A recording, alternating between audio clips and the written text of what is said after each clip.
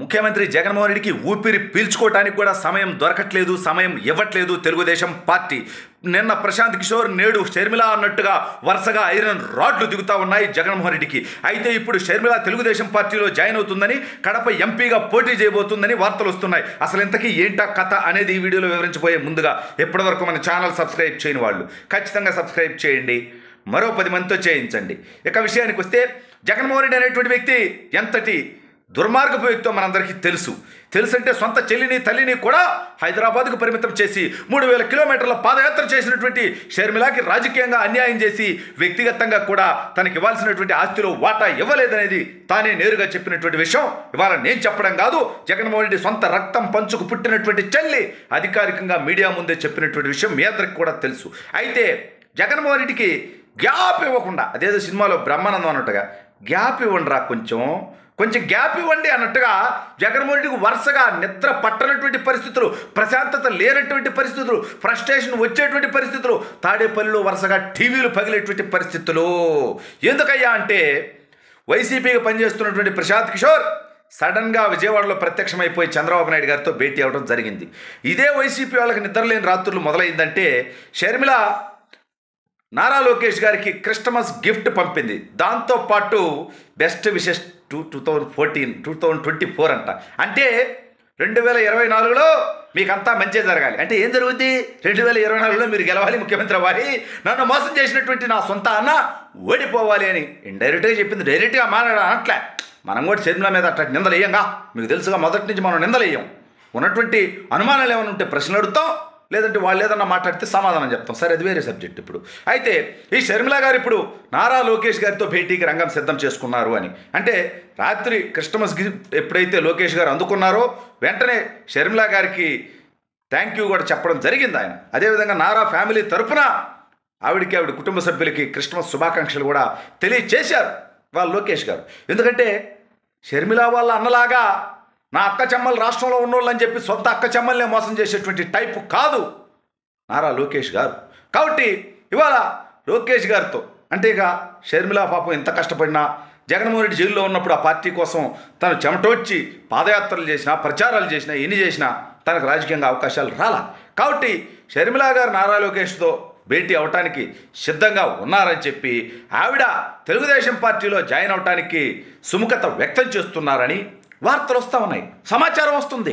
Add నుంచి వస్తే షర్మిల గారి దగ్గర నుంచి వస్తుంది, యాడ్ నుంచి వస్తే పైగా ఆవిడ కడప ఎంపీగా పోటీ చేయడానికి సిద్ధంగా ఉన్నట్టుగా ఆవిడ వర్గం దగ్గర నుంచి సమాచారం పంపిస్తున్నారు. సరే, ఇటీవల కొంతకాలంగా ఆవిడ కాంగ్రెస్ పార్టీలో జాయిన్ అవ్వాలనుకున్నారు. అంటే కాంగ్రెస్ పార్టీలో జాయిన్ అవ్వచ్చు, కానీ ఆవిడకి సరే కర్ణాటక నుంచో ఇంకో చోట నుంచో రాజ్యసభ ఇవ్వచ్చు. బట్ నేరుగా ఎలక్ట్ అవ్వాలంటే వచ్చే ఎన్నికల్లో ఆంధ్రప్రదేశ్ నుంచి కాంగ్రెస్ పార్టీ నుంచి పోటీ చేస్తే ఎలక్ట్ అయ్యేటువంటి పరిస్థితి లేదు. ఓట్లు కొని చేల్చవచ్చు ఖచ్చితంగా. జగన్మోహన్ రెడ్డి జీవితం ఏందో ప్రజలకు చెప్పినప్పుడు కొంత ఓటింగ్ చీలుద్ది, కానీ గెలవకపోవచ్చు.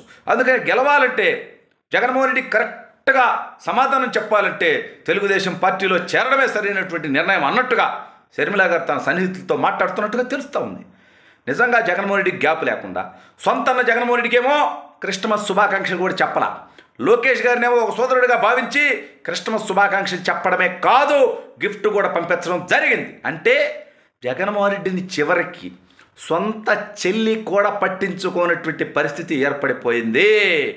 మహిళల పట్ల, సమాజం పట్ల లోకేష్ గారు ఎట్లా ఉంటారు అనేది ఇవాళ అర్థమైపోయింది ప్రజలందరికీ కూడా. చివరికి జగన్మోహన్ రెడ్డి కుటుంబ సభ్యులకు కూడా అర్థమైపోయింది. కాబట్టే వాళ్ళు కూడా జగన్మోహన్ రెడ్డిని వదిలేసి లోకేష్ గారి పక్షాన్ని నిలబడటానికి, ఆయనతో ప్రయాణించడానికి, ఆయన భవిష్యత్తులో బాగుండాలని కోరుకునేటువంటి పరిస్థితి జగన్మోహన్ రెడ్డి కుటుంబ సభ్యుల దగ్గర నుంచే వచ్చిందంటే ఇక జగన్మోహన్ రెడ్డి పరిస్థితి ఏందో మీరే అర్థం చేసుకోండి.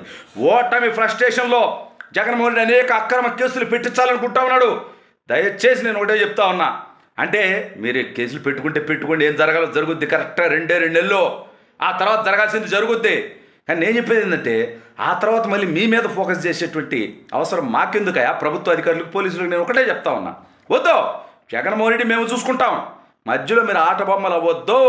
ఖచ్చితంగా అతను కానీ, అతని తరపున తప్పుడు పనుల్లో భాగస్వాములైనటువంటి వైసీపీ నాయకులు కానీ, ప్రభుత్వాధికారులు కానీ, పోలీసులు కానీ, ప్రతి ఒక్కరికి సామాజిక న్యాయం జరుగుద్ది.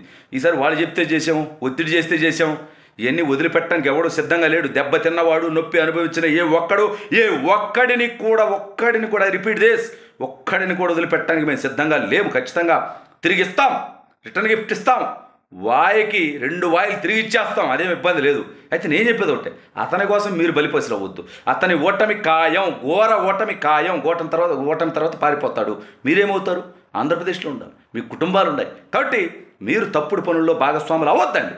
తన సొంత చెల్లె తను నమ్మనటువంటి పరిస్థితి ఏర్పడిపోయిన తర్వాత ఇక మీరందరూ ఎందుకు అతను వెంట, ఎందుకు ఇంకా అతను నమ్ముతారు? డబ్బు కోసం, భయానికో, కులం కోసం, మతం కోసమా? వీటన్నిటికంటే ఎక్కువైనటువంటి షర్మిల గారే అతను నమ్మట్ల. అయితే మరి షర్మిల గారు తెలుగుదేశం పార్టీలో జాయిన్ అవ్వాలనుకుంటున్నారా? వాస్తవంగా తెలుగుదేశం పార్టీ ఆవిడని జాయిన్ చేసుకోవడానికి సిద్ధంగా ఉందా అంటే ఇంకా ఎన్నికలకి ఒక 3 నెలలు సమయం ఉంది. కాబట్టి ఏమైనా జరగవచ్చు, ఎలా అయినా జరగవచ్చు. బట్ ఏం జరిగినా సరే జగన్మోహన్ రెడ్డికి మాత్రం ఇది ఎదురు దెబ్బే.